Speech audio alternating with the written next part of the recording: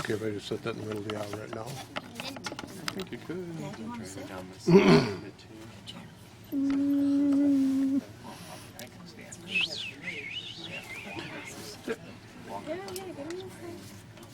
On behalf of Colonel Benjamin Ungerman, I welcome you. Today you're going to witness a time-honored military tradition. It's a retirement ceremony. We're here to recognize the long and distinguished military career of Lieutenant Colonel Timothy M. Bergman. He has faithfully and honorably served our country in the United States Air Force for 26 years, 9 months, and 11 days. Now, I'm going to introduce a whole bunch of guests and distinguished visitors. First of all, we have a bunch of special guests with us today, but the most important one is Colonel Tim Bergman's wife. Of almost 26 years, Cindy, and their daughters, Andrea and Hannah, sitting right there. And their son. I think most of you saw that F-15 out in the parking lot that has the boot on it. That's him. He flew in unexpected. Glad to have you here. And his name's Patrick. And I understand it's an F-15C model, as I was told, not the E. And so there was no room for Daria, your wife. She's not here today. Tim's father is here, Ron Bergman. We're going to hear from him a little later. And Cindy's father and stepmother, Ron and Gloria Wood. Cindy's mother, Margaret Olson, is here. Ma'am? Right here. And Cindy's sisters, now she has 4. Pat wasn't able to come today, but Angela, Tina, and Sherry are all here. Now, guess what? They have children. And Angela's daughter, Marina, is here. Marina, wave your hand. Raise it up. All right, thank you for coming. This is a big day. Air Force, by the way. Air Force, good. You're in the Air Force right now? That's in the Air Force. Good. Good on you. All right, and your son, now your son is in the Marine Corps, right? And he is a Lance Corporal, and his name is Mitch Arras. But he's not here today, being a Marine. Tina's husband, Dennis, is here. Go ahead and raise your hand. And their daughters, Jessica, Anna, and Dolores are also here. So you all are in the front, right? I talked to you all earlier. And Sherry's son is here, Lockshot. So raise your hand.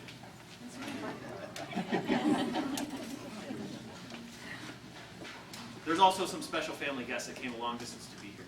And I'd like to welcome Lieutenant Colonel retired Jeff Spencer and his wife, Shelley. And Major retired Larry McLean and his wife, Lieutenant Colonel Heather McLean. Mr. Richard Ross is here with Miss Tanya Wolford. And Adam Bohack and his fiancée, Deanna, are here as well. Back in the back. Thanks for coming. Now, today we're very honored because we have some distinguished guests with us. And first of all, Lieutenant General Hogue. Stephen Hogue, he is the Air Force Assistant Vice Chief of Staff and the Director of Staff. And sitting next to him is retired Major General John Wyatt, and he is the Deputy Director of Staff. And then sitting behind the other DBs is Brigadier General retired Greg Rundig and his wife, Dan. Now I know I missed some people. I went through a huge list, but I know I missed some people. So I want to welcome everybody who's here. All of our friends and coworkers. I see a whole bunch of blue back there. I know we've had a lot of phone calls together. I'm glad you showed up. Heated phone calls. Okay. Ladies and gentlemen, I ask that you now rise for the entrance of the official march and the playing of our national anthem.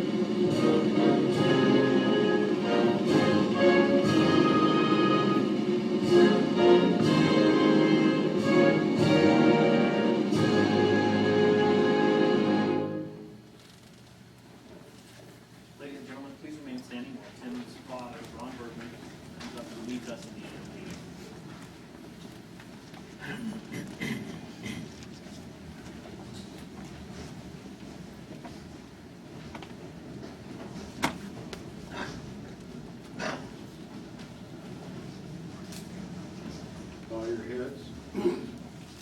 Look to heaven, whichever you prefer. Focus on the Lord our God. Lord, we just thank you for all that you've ever done for us, for all that you're doing for us now and all that you ever will do. Our lives are all about you and our relationship with you. We thank you for Tim. Thank you for the blessing he is, for all that you've done for him, through him, and for us, through him. We just ask, Lord, that you would be with him and his family, all his friends, that you would be with us here today, and that all we do would bring glory and praise and honor to you. And we pray all of this in the name of our Lord Jesus Christ. Amen. Ladies and gentlemen, please be seated.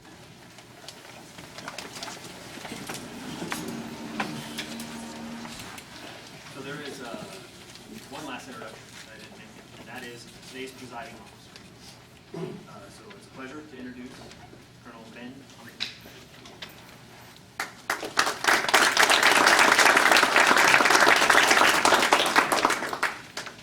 All right, so I debated whether to try and do this a little bit more extemporaneously, off the cuff.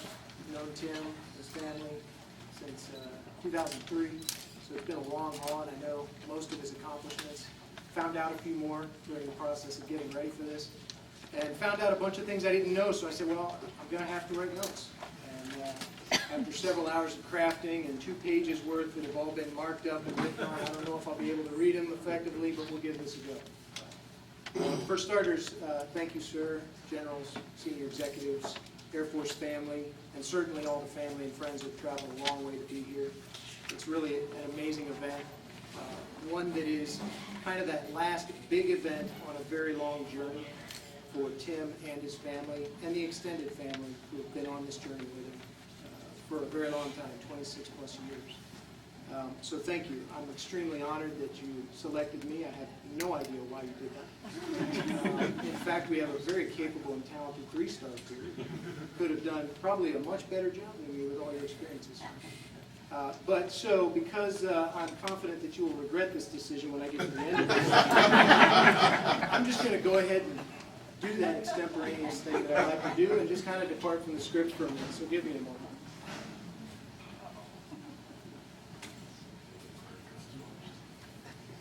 Right. Well, you always got to start a party off. So usually, you know, I'm kind of a dessert first kind of person, so why not? Let's go right for the dessert effect here on the event that usually follows the event at your place, which I hear you got a pretty good party. I'll be there. So, Tim, thank you so much for the opportunity to do this. Right up front, I just want to thank you. It really is such an honor to do this, and when I heard that you had actually kind of delayed the ceremony enough to allow me the opportunity to do it, having been in Pakistan for the last year, it really humbled me in a big way. I can't get emotional. That's your job. Thanks for that. That's great.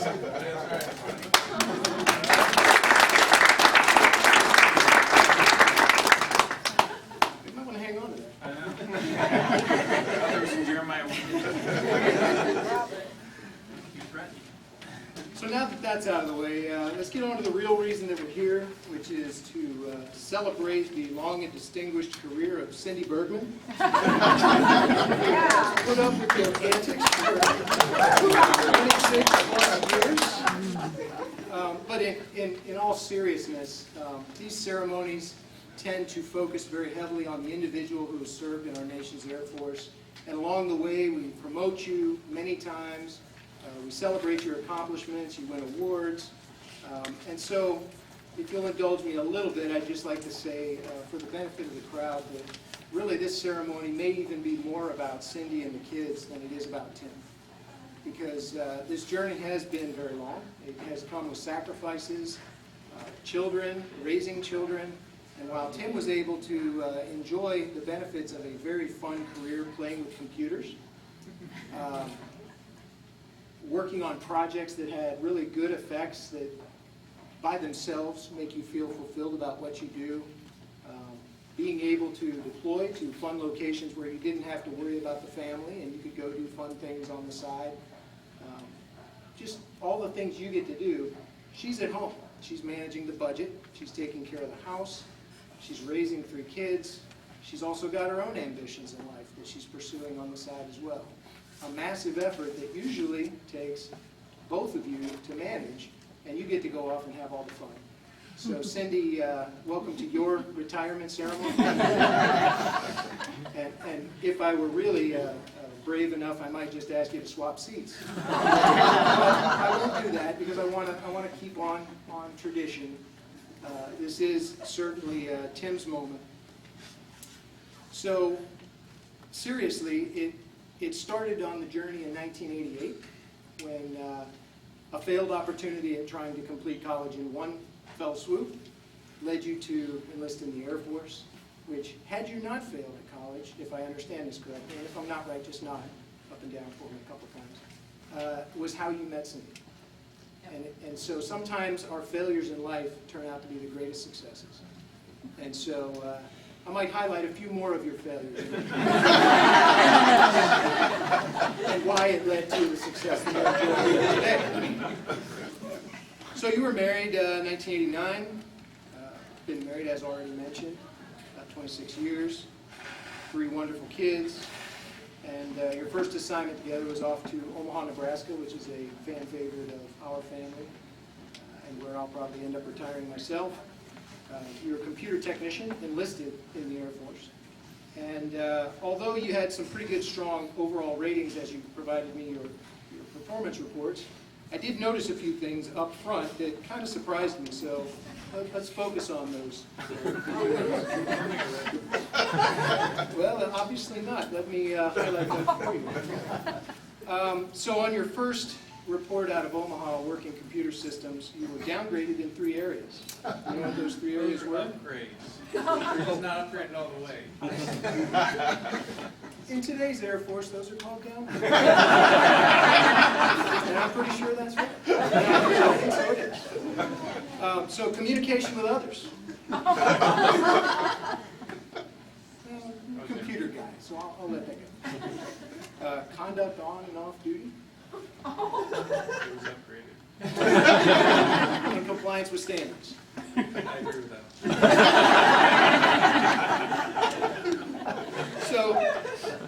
So I wasn't terribly impressed by this, and I kind of looked for something good and found that that was where Patrick was born.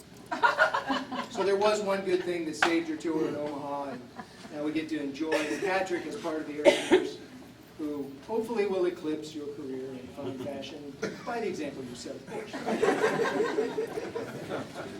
So then it took you off to Korea for a 1-year tour, and again, you had a few less than perfect marks on your reports, complying with standards again, but this time it was how well you supervise and lead, which I thought for someone who's an officer in the Air Force, that's probably not a good predisposition for being a leader and an officer in the Air Force.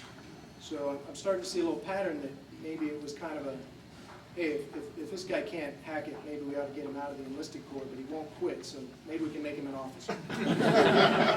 The guys in here who wrote it. I'm sure that was your intent. We'll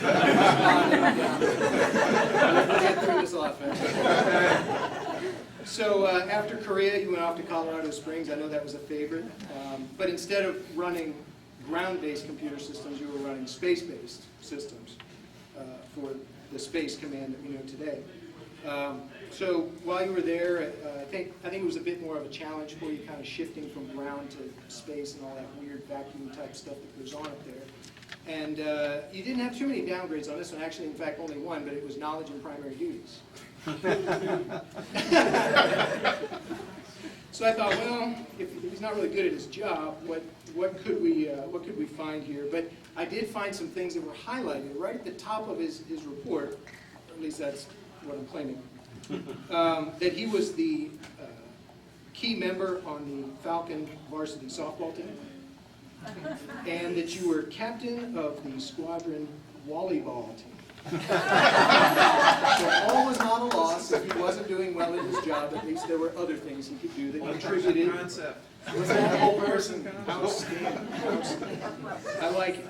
I like it. But again, there was the great highlight that saved that tour, which was that Andrew was our lovely, tall Andrew.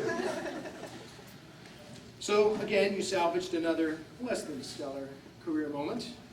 And in 1995, at the end of your tour in Colorado, after you were somehow promoted to the rank of staff sergeant, which I'm not sure how that happened, but obviously they were trying to follow the fine traditions of screw up, move up. They pushed you up as high as they could because they knew that was going to get you to quit or become an officer. So at that point, you decided to pursue your ambitions of becoming an officer, and you completed your degree in computer science, as I understand. And that was when they actually gave you your first perfect performance review. So congratulations, it took a while. You got it right. You got the degree, and that's when you decided to apply for OTS. And thankfully you did, because here we are today with officer kindergarten. But enough jest about your career, less than high accolades. Seriously, to become an officer was an incredibly competitive process. At OTS, the Officer Training School, is even more competitive because there are so many people who want to take that path after they've completed their college degree. So things I found in the report that impressed me as compared to the other things, though they were also upgrades, as you mentioned. You worked many after-duty hours at your job. You activated critical networks to support Desert Shield operations, having a direct impact on combat operations, corrected complex errors, saving hundreds of man-hours in repeat occurrences, and reducing system errors from over 50% to less than 3% at the time that you were in those positions. You consistently created more efficient, accurate, and easier to maintain computer and communication systems. You were consistently picked ahead of your peers to fill higher NCO positions and leadership roles. And you won the Airman of the Quarter for both your squadron and group during your enlisted tour. You're recognized as the top leader at work, in your community, and in squadron sports, of course. All while aggressively pursuing a highly technical and difficult computer science degree, not to mention that you were also an outstanding father and husband. So congratulations on becoming an officer. It was no surprise that you were selected to OTS in 1996 and became a communications officer. Your first assignment was Ramstein Air Base, Germany. Lucky dog. Where Hannah was there. Hi.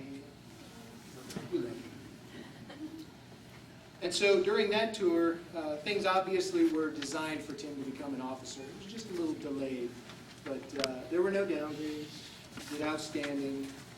You were the lead communications planner for Operation Allied Force, deployed to the Caocchia Vicenza, Italy. Won numerous quarterly awards as the top CGO just in your first few years. And overall in this assignment, you were ranked as the #1 of 12 CGOs in your section. So then next was Tinker Air Force Base in Oklahoma, where you were selected to be a flight commander, which is kind of the first major leadership position that you get in your Air Force officer career. You excelled at supporting the AWACS communication systems that were directly contributing to operations in Iraqi freedom at the time. And again, you won several quarterly awards, including the top CGO in the group out there, and you were rated #1 of 9 CGOs by your squad commander. So then this takes you to the Pentagon, where you finally had met me, and of course that changed your career forever for the better. As a watch officer in our National Military Command Center, you had won the top CGO award again there, and you were again rated #1 CGO by your leadership there. You contributed to the national military efforts to make sure that the command center was up, functional, and that urgent priorities or operations going on around the globe were uninterrupted and happened without issue. So after that, these successes led you for your selection by General Brundage as his exec, Langley Air Force Base, Air Combat Command Headquarters in Southern Virginia, and he did an outstanding job, obviously. You were rated as his #1 of 28 majors, and he stated that you were the top exec of 6 that he had ever had in his career. So as a result of that, they deployed you to Iraq. I don't know what to make of that, sir. You did so good, I need to give you something else, or? No one was going me over there. Okay. So a 6-month tour out there on the front lines, managing and ensuring that the command headquarters for the war in Iraq was fully functional and capable for the leaders out there to make decisions that were shaping that war and its outcome for the positive. After that, you were selected to Air Command and Staff College at Maxwell Air Force Base in Alabama for a year. And just so everybody understands the significance of that, typically only 20% of our majors level force get the opportunity to go in residence to this course. So it was a very prestigious opportunity that just further reflected the outstanding leadership and accomplishments you had up to that point. Following that, it took you and the family to Scott Air Force Base in Illinois, to the Transportation Command, where you were soon promoted to Lieutenant Colonel, your president, obviously. In 2011, and as their C4 staff officer, again, #1 of 5 field grade officers in your first position, and you managed a massive global computer network that managed logistical operations around the globe and for every major ongoing operation in every theater. So then that shifted you over for a 1-year stint at the Air Force's co-located mobility command there at Illinois. And yeah, again, another #1 rating and lots of huge accomplishments and accolades and awards, blah, blah, blah. Oh, by the way, did I mention he was also coach of a volleyball team once? All right, so that brings you here to the Pentagon again for another tour, but this time you'd worked for General Quast, formulating the Quadrennial Defense Review, which, for those who may not know, is the master plan and strategy for the near-term future of the Air Force, to make sure that everything we do flows into a better Air Force that leads the world as the world's premier Air Force. And so Tim was leading that effort. Following that, you then went to work for General Hogue, and you are now finishing up as the director of the Air Force's Executive Secretariat. So what does that mean? As the pinnacle of your career and the way you go out, you were essentially the one person who had to figure out how to get every executive staff in the Air Force on the same page, up to the same quality standards, on time, and wrangle with each of the Air Force's top generals to make sure that their staff work and proposals were consistent with what the Air Force's Chief of Staff would expect in order for him to make the best decisions that were going to shape the future of our Air Force. No easy task. In fact, I'd say that's one hell of a big task and a big accomplishment. In fact, your entire career has been one hell of an impressive resume of leadership, success, impact, global impact, in fact, over the past 26 years that I know will continue to be felt by our nation and our Air Force for a very long time. So on behalf of everyone here, let me say thank you for your service, your sacrifice, your accomplishments, your leadership, your example, your friendship, and your patriotism. And to Cindy, Patrick, Andrew, Hannah, thank you. This is not just about Tim, as I've said. Thank you for those years where you had to sacrifice while he had to go away, while he had to work extra hours, while he had to accomplish those things, and go away to Korea, and go away to schools, and do all the things that he had to do. None of that is even remotely possible without your full and complete support. Thank you for that. So on that note, Tim, it's time we get to the reason why we're here. We have a few more presentos we have to do, but it's time we make you a mister, the greatest promotion of all. Congratulations on a fantastic career. Let's get this party started.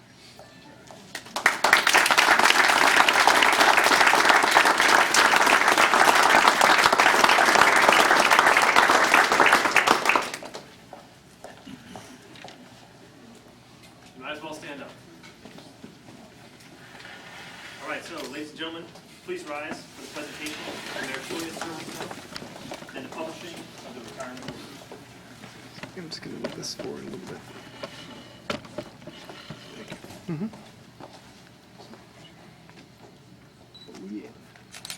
Attention to orders. All who shall see these presents, greetings. This is to certify that the President of the United States of America, authorized by Executive Order 16 January 1969, has awarded the Meritorious Service Medal, 2nd Oak Leaf Cluster, to Lieutenant Colonel Timothy M. Bergman for meritorious service from 1 April 2013 to 31 July 2015. During this period, Lieutenant Colonel Timothy M. Bergman distinguished himself in the performance of outstanding service to the United States as Deputy Director, Air Force Strategic Reviews, and Director, Headquarters, Air Force Executive Secretary. During this period, Colonel Bergman was instrumental in developing the Air Force's input to the Quadrennial Defense Review. He was handpicked by the Assistant Vice Chief of Staff to develop a function to improve the timeliness, quality, and processing of all Headquarters Air Force correspondence, instituting multiple changes that immediately improved the quality and timeliness of staff packages, requiring the signature of the Secretary of the Air Force and the Chief of Staff of the Air Force, resulting in an increase in the on-time rate from an initial 14% to over 80% within 6 months. Finally, Colonel Bergman revamped the Headquarters Air Force Action Officer course, providing training to over 600 action officers, thus ensuring understanding and compliance with Headquarters Air Force staffing procedure requirements. The singularly distinctive accomplishments of Colonel Bergman culminate in a distinguished career in the service of his country and reflect great credit upon himself and United States Air Force. Given under my hand, 31 July 2015, Lieutenant General Stephen L. Hogue.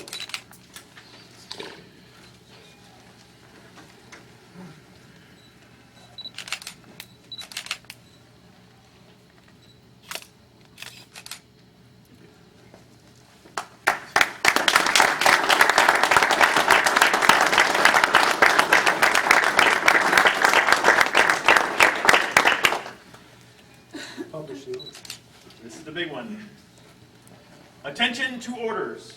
Department of the Air Force, Washington, District of Columbia. Special Order Alpha Charlie TAC 017526, dated 14 September 2014, effective 31 July 2015. Lieutenant Colonel Timothy M. Bergman is relieved of active duty and is now retired, effective 1 August 2015, in accordance with Air Force Instruction 36 TAC 3203, by order of the Secretary of the Air Force. That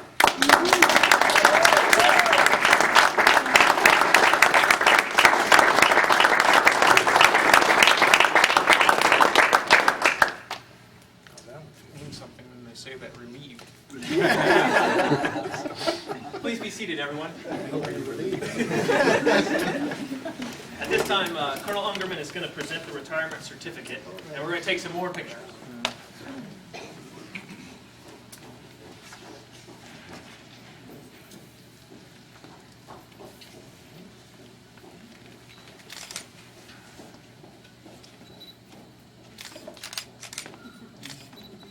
So I'm going to read that certificate to you all since you can't see it from there, but it says, Certificate of Retirement from the Armed Forces of the United States of America.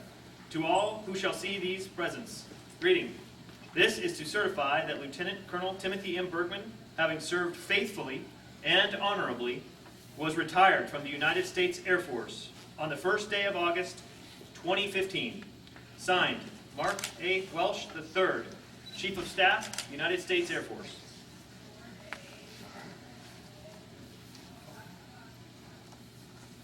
There's another certificate on there. There is.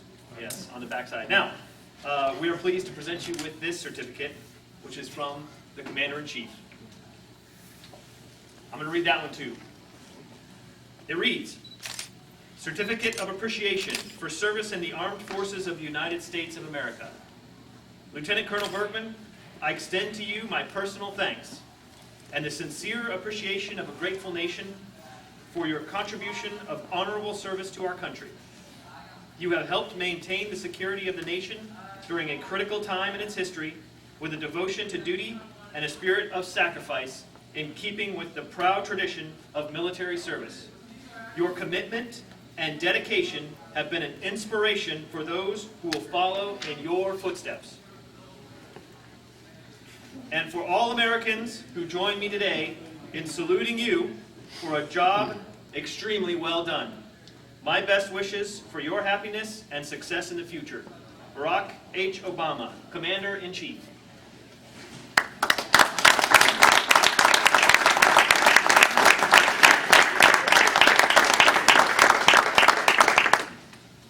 All right, now the fun part. His office is going to present some things. So if you haven't had a chance to work with Colonel Bergman, you've missed out. This is a great leader, and it's a great co-worker. I think my time here has been an amazing time, and it's because of him. So I remember when we first met, and I was like, wow, this is going to be crazy. He plays rough. If you've ever played around in the office, he plays rough. But I like that because that's sort of the tradition of Air Force flying units. We all have call signs, we pick on each other when we make mistakes, and he makes you better. And there's some little internal rivalry going on between the two of us in the action officer course, and I'm actually glad he's retiring because now I can do more TMT taskers than him and finally get ahead of him. So anyhow, right now I'll have Staff Sergeant Brian Kachanik come down. Please come over here. And we're going to present to you the office memento. Signed by a lot of important people, all saying amazing things about you. Sir, this is for you. Oh, thank you.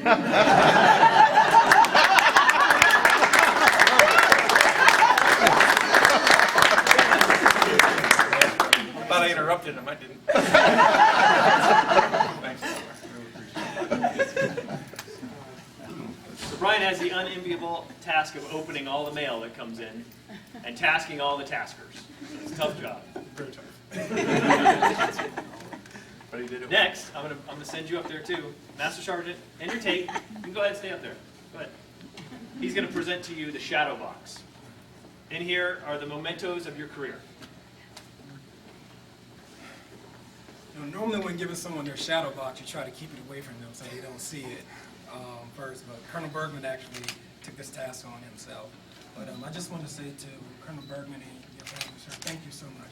I've learned so much from you. It's been, what, a year? Yeah, almost a year, yeah, since we started working together and stuff. And just like Colonel Engelman said, you challenged me, and you definitely have made me a better person, and as well as a senior NCO and the whole office as well. So thank you so much for everything you've done.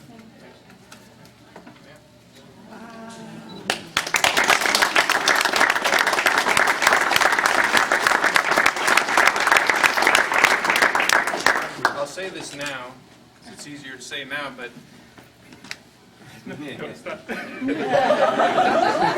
there's one rank missing. It's second lieutenant because when Patrick was a sophomore, was actually finishing his sophomore year, he said he wasn't going to go in the Air Force. So me not knowing what kids are like, changing their minds that much, I went ahead and gave away all my second lieutenant rank to somebody that I knew that got commissioned. So I have no second lieutenant rank. So I called him, or we talked a couple of days, yesterday or the day before, and I asked him if he would mail a second lieutenant rank because he just promoted 2 weeks ago and PCS'd, and so instead he showed up today.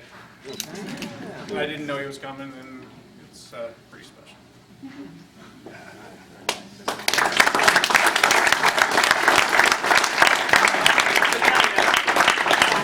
Sit down. There's still one more piece of bling we got to put on that uniform.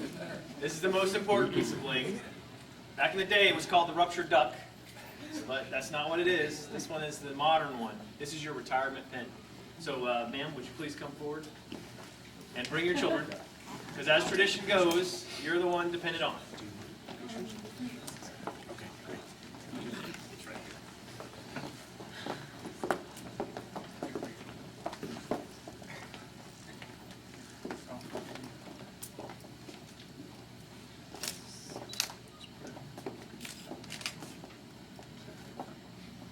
Just punch it in there, it's hard.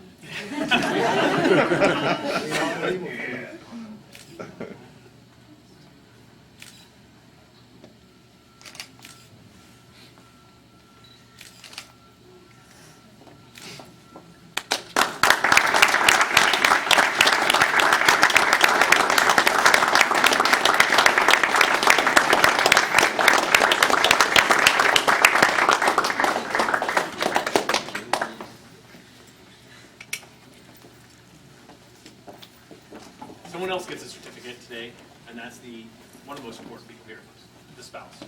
Sir? At this time, Colonel Ungerman is going to present the retirement certificate to Cindy. I'm going to read that. It's in script, so I might mess it up here. In grateful appreciation, the United States Air Force presents this certificate of recognition to Cynthia L. Bergman for the commitment and numerous contributions that made positive impacts to the nation's defense. Thank you for the support which gave strength and purpose to your spouse's service. Given this day, the 1st of August, 2015, signed Lieutenant General Stephen L. Hogue and General Mark A. Welch III.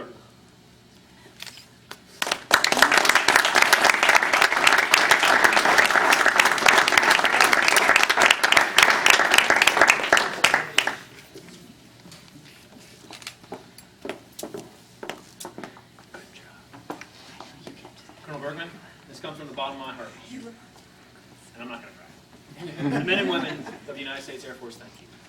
And we're proud to have served with you. I think we all heard that. And we wish you every success in the future. So ladies and gentlemen, this concludes the formal portion of our ceremony, except for his words, which he's going to give some words here in a minute. And we're going to do a receiving line after he speaks. So, sir, the floor is yours. And this is now retired Lieutenant Colonel Tim Bergman.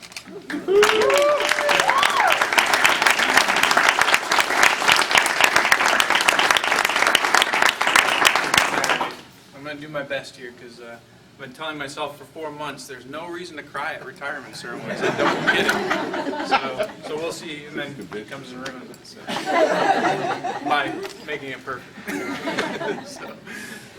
So it was mentioned that I worked for General Brundage, and afterwards I went to Air Command and Staff College. But the backstory to that is I'm his exec, and one of the kind of the basic things you're supposed to do as an officer is get your Air Command and Staff College and correspondence done.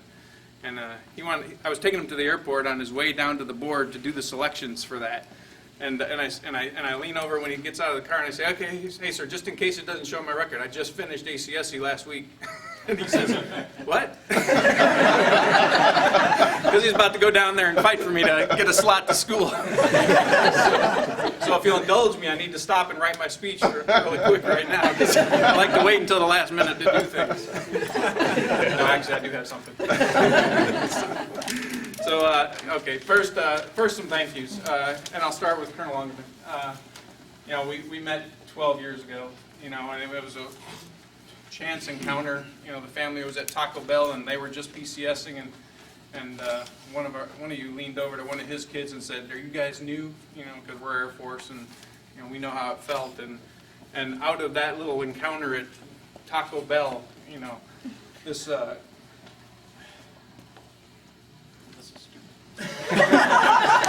This great friendship grew, and it's been an awesome time. And I would have it no other way than to have you retire me. You made Colonel, and it's awesome to have you come back here and do your time at Pakistan, and come right back from there and do this. So thank you very much, and you're awesome. So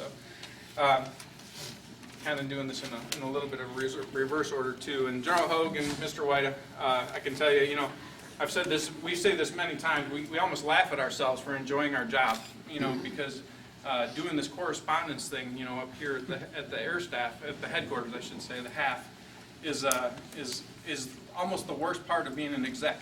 You have to read all the team, you know, all the taskers, and you have to fix them and know what they say and work with the staff officers to get it right. I mean, misspellings, all this stuff, but and even fixing the processes. But because you two were such, you know, so involved and such great leaders about getting, you know, being behind what we did, it made our job extremely enjoyable. You know, just because we were able to look at a problem or take a problem from you guys and attack it because we knew you had our backs, and we knew as long as we were right, doing the right thing, that you guys would be there for us, even if, you know, you have other 3-stars coming to complain about what we're doing. So I really appreciate it, and thank you very much, both of you, because it was a great year working with you guys, for you. Joan Brundage, I already mentioned you, but and Miss Diane, thank you so much for coming. I mean, you guys are really special people. It was a terrific couple years working for you, and it's been terrific keeping in contact and being friends with you. You know, you guys really are special people, and we really appreciate you making it today. And then, you know, you can see we have a huge contingent that came here today from out of town, actually. And you know, when Ben said that Cindy's retiring, he's right. He really is. And, you know, my dad's here. You know, that's from my half of the family. And then everybody else is from Cindy's half. But it's great. I mean, I'll talk a little bit later, but it is. I mean, they've been there for our entire career, you know, and so it's just a terrific meld of family, and you know, I think most of our visitors have come, you know, most of the sisters and parents have visited us, so, you know, just having that relationship is awesome, and I thank you all for coming. And our friends, you know, Jeff and Shelley Spencer, 23 years, you know, 24 years almost that we've known them, and I'll say a little bit more later about that. And Larry and Heather, you know, I met Larry 6-7 years ago. I already mentioned Ben, and I'm going to keep going around the room because there's just that many people around. Doug and Renee, we met, you know, 12 years ago as well.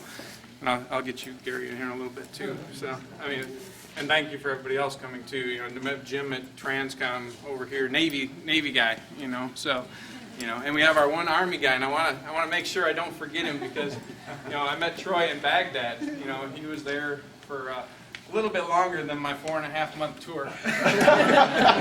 He got to stay in Baghdad working in the Joint Operations Center for longer, but the friendship and really the mentorship, I mean, because Troy is just an outstanding person and a very godly man, and it was really needed in Iraq. You know, it's a different kind of place, as I'm sure John Brundage, you followed it, you know, a little later for a year, and others I'm sure have been deployed like that. So it's just great to have that kind of friendships. And then everybody else who's able to make it, Colonel Butler, you know, Bruce Lane. See, that's the problem when I start mentioning, I can go through everybody almost, right? My, you know, Colonel Glanzer, Bailey, Chris Schlack. Heck, I knew Chris when I was a first lieutenant, I guess. So, you know, all these years, and Whitfield, Paul Whitfield too. Thanks for coming. So, I mean, so it's just an awesome opportunity, and I really appreciate everybody coming.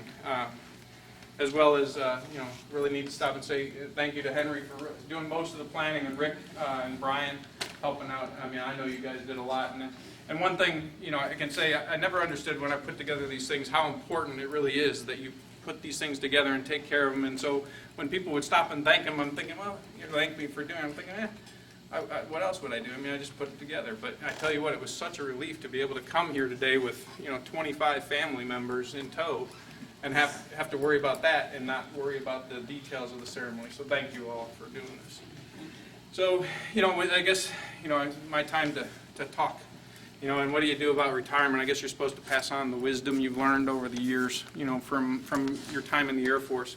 You know, and there are a few things, you know, just different things, I guess, kind of why I got in the Air Force. It was already mentioned I was kind of, I guess failing college is not quite as strong as it should be, but, you know, I was close. You know, I was kind of floundering and not sure what to do, and the parents were sick of paying for it, and, you know, I kind of found out what the Air Force was in a weird way. You know, one of my friends moved out to Colorado Springs, and she was dating an Air Force Academy guy, and she said, you know, I asked her, what about that? What is that? And I had no idea what the Air Force was.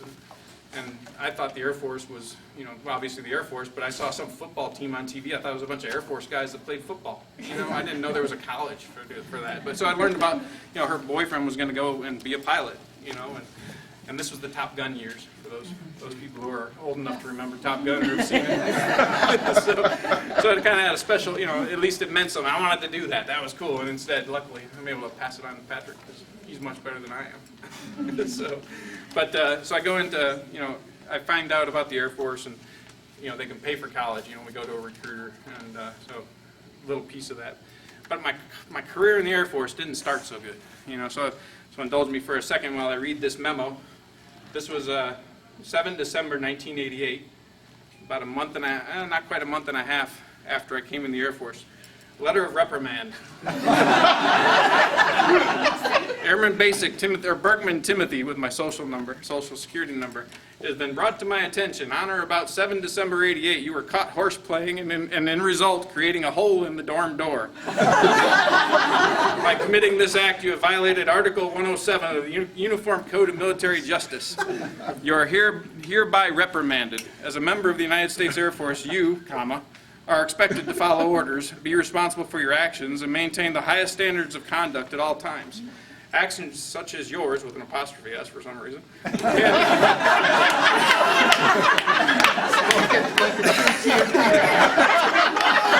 see these things after my year of doing this job. Cannot and will not be tolerated. You will be closely observed to ensure your conduct meets expected standards. Any further conduct of this type on your part could result in additional administrative or punitive action.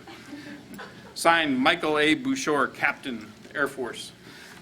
So this is actually the second incident I had at basic training. I'd actually already been recycled 8 days because I went to call her at the shopette and I wasn't supposed to. So that's how I started my career, you know. So luckily back then, and I think it does now, this doesn't follow you. This ended right there. I left like 2 days later. But it was painful. I mean, waiting in that little room, sitting at a little grade school desk, waiting for my punishment to know if I'd get kicked out of the Air Force. It was painful, but those are growing experiences, right? So you've already heard why I came in the Air Force, but you know, one thing the Air Force did, and Ben mentioned it, they issued me a wife. Because I don't know, probably a lot of people, half this room may know, but you know, Cindy was coming in the Air Force as well, and she did come in the Air Force. She had, you know, she, like everybody, Ben mentioned, you know, aspirations and dreams. You know, she wanted to come in the Air Force after spending some time as a travel agent. And our recruiter was just doing all he could to get us to meet. You know, I did the delayed entry like in February. She was shortly after, and for 6 months he kept saying, you got to meet him, and she's got to meet you. You guys are just perfect for each other. So Tech Sergeant Durbin, I guess, is the one to thank for us. but I love how Ben put it about the system, these failures that bring you together. so my failure got me there, and so essentially what the Air Force did was give me Cindy, which meant my failure gave us you. So that's a big way to see it. So, and then, you know, just a little more. So I was working my degree. You know, that was my intent. I wanted to get my degree. Our recruiter, Durbin, same guy, said, I'll be a major in 8 years from that day. You know, I'll be flying airplanes as a major 8 years later. You know, sounded great to me, and he was only about, I don't know, 10 years off or something like that. He had an opportunity, but he gave me that story, and it sounded good. So. But because I was kind of piddling around, got that Korea assignment that was about the worst place in the world they could send me at the time. First of all, away from Patrick and Cindy. But second, just because you know I couldn't really continue my college at that point. So I come back and once we met Jeff and Shelley, you know, these two, Jeff and Cindy, kind of colluded to make sure I got back to school and finished my degree. You know, and it was probably a pinnacle moment in our lives, you know, just to get that push. You know, Jeff helped find a program that was essentially I could knock it out, finish it in 15 months, and just you know get that piece done. So, you know, when I applied for officer training school, and think there's a couple of academy folks in here. Just want you guys to know the percentage of Air Force officers is only 17.1% that came out of the officer training school. So it's very much more competitive than the Air Force Academy. There's 22.8% of the officers that get to the Air Force Academy. Now that's a lot. And ROTC, 42%. So OTS is much more difficult than all of us to get into.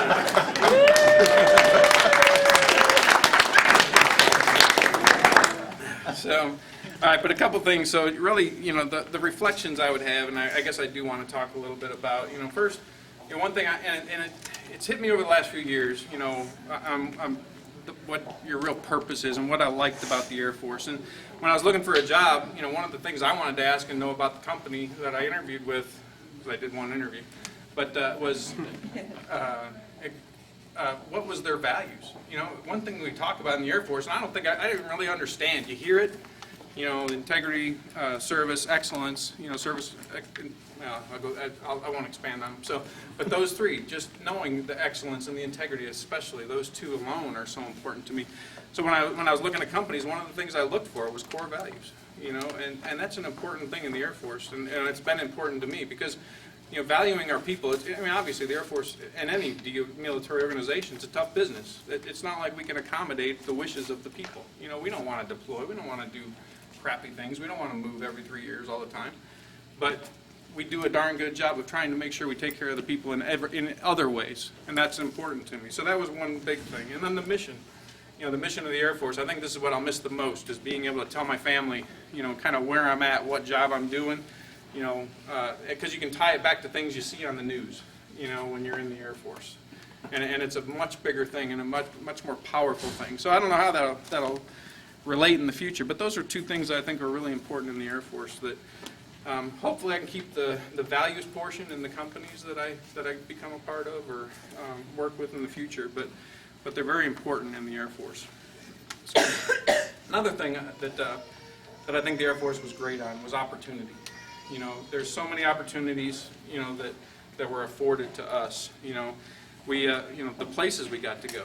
You know, again, we don't always want to leave, but it was great. We look back, and moving every 3 years, whatever, you know, however long it was going to be, was just a terrific experience for the most part. You know, I think for the really overall, because, you know, once our stuff was shipped, or, you know, you see that truck driving away, it's the best feeling, because all you got to do now is drive and go to that new experience. You know, it's going to be missed, you know, but it was just an opportunity to travel to different places. You know, heck, I wrote down here some of the other places I got to go. You know, I went to Sarajevo. You know, even though I got to fly into Sarajevo. You know, I was there for 4 days, but you flow into, this is back in like right after in the late 90s, and you fly in there, and there's this Russian jet.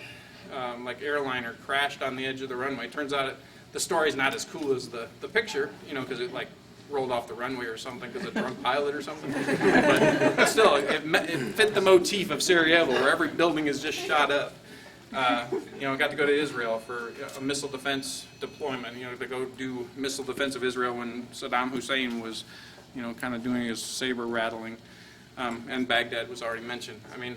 And Baghdad's a great assignment the further away it gets. You know, I mean, it really is.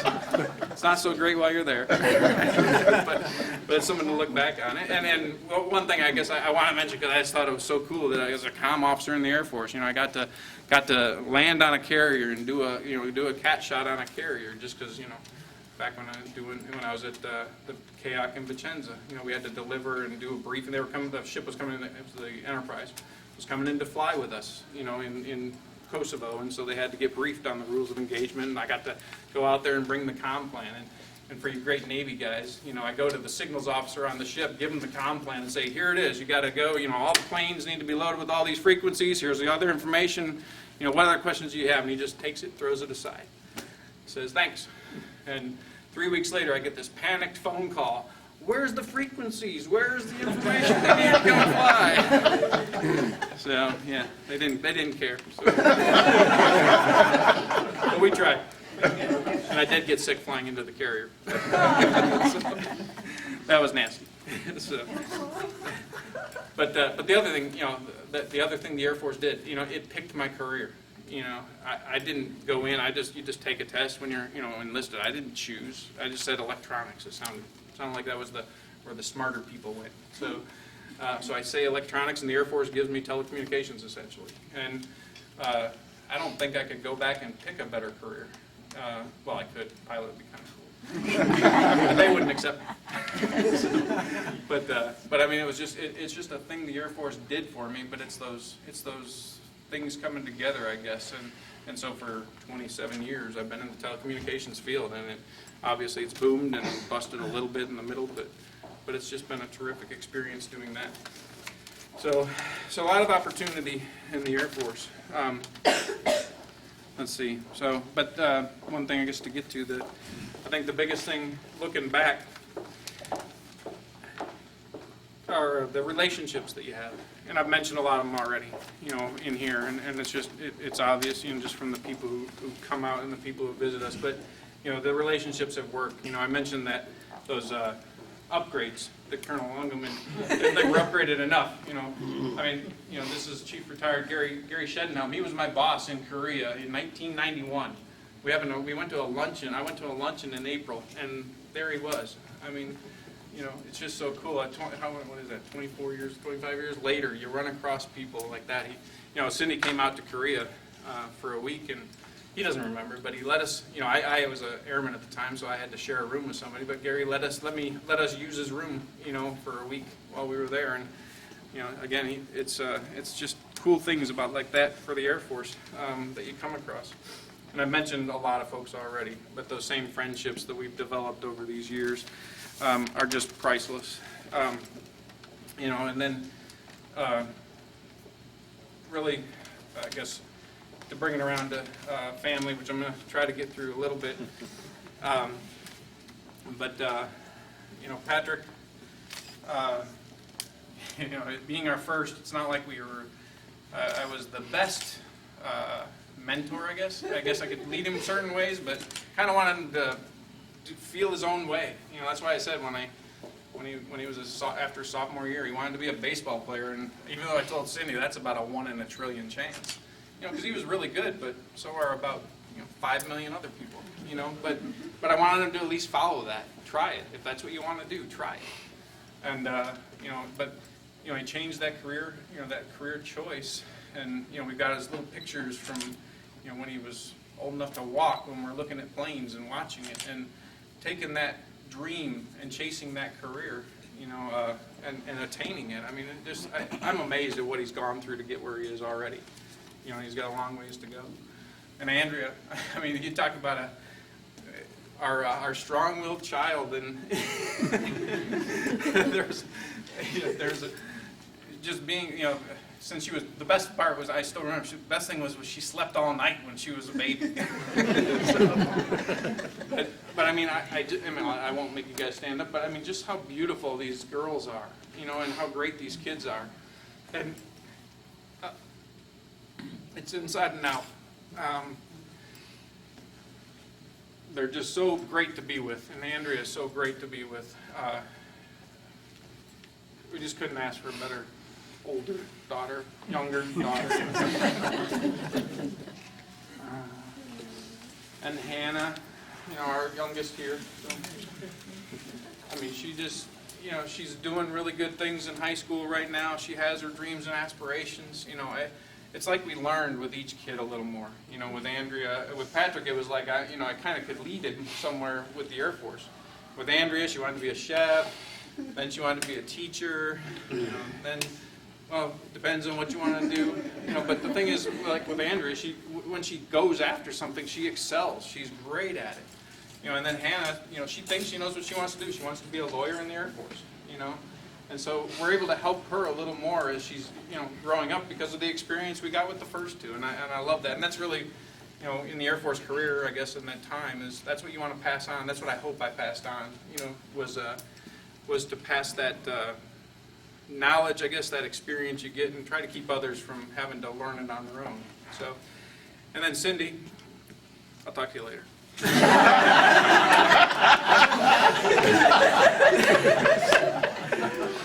I've already said, so, we met before we came in the Air Force. So, so 100% of my career, she's been there. I've been in the Air Force longer than I was out of the Air Force. And, there was just no better way, no better wife, no friend. A lot of people joke, you can't stand around, be around the house too long because the husband and wife can't get along. It's not like it with us. We do everything together. We want to do everything together. I think the best part about retiring is now we can choose where and when we want to do things together. And I just can't wait to start that. We don't know where we'll end up in a year or 3. We don't know. We hope we have the flexibility to do what the kids, something that's best for the whole family still, no matter how old the kids are. And that's what we're going to do. But I couldn't ask for a better person to do it with. So.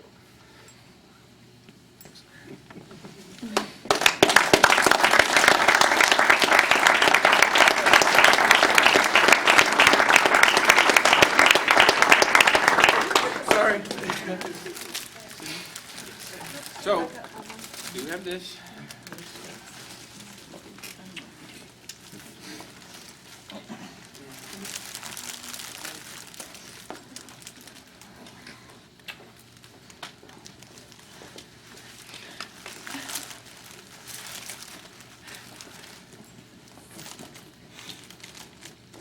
Patrick, you get a handshake because I didn't know you were coming.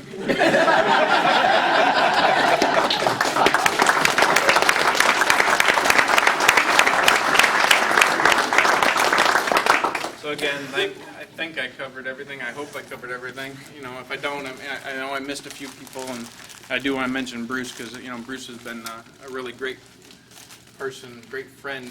We tried to play racquetball together a few years back, but Bruce and I kind of reconnected over the last couple of months, and I appreciate everything you're doing, Bruce. And I know I missed others. I really do. So Packler, so I'll say one thing about Packler back there. We went and played crud. I got to talk about those experiences. I got to go on the ACC crud tournament in Las Vegas as a member of the Air Force to go play crud for a tournament in Vegas, paid for by not the Air Force. It was MWR funds, but still. And Packler was on the other team, but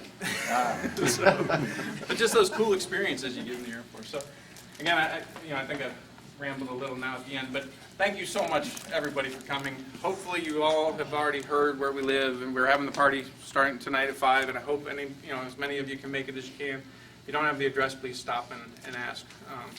But we're down in Lake Ridge. This is a tough area to get around, but I hope you guys can make it.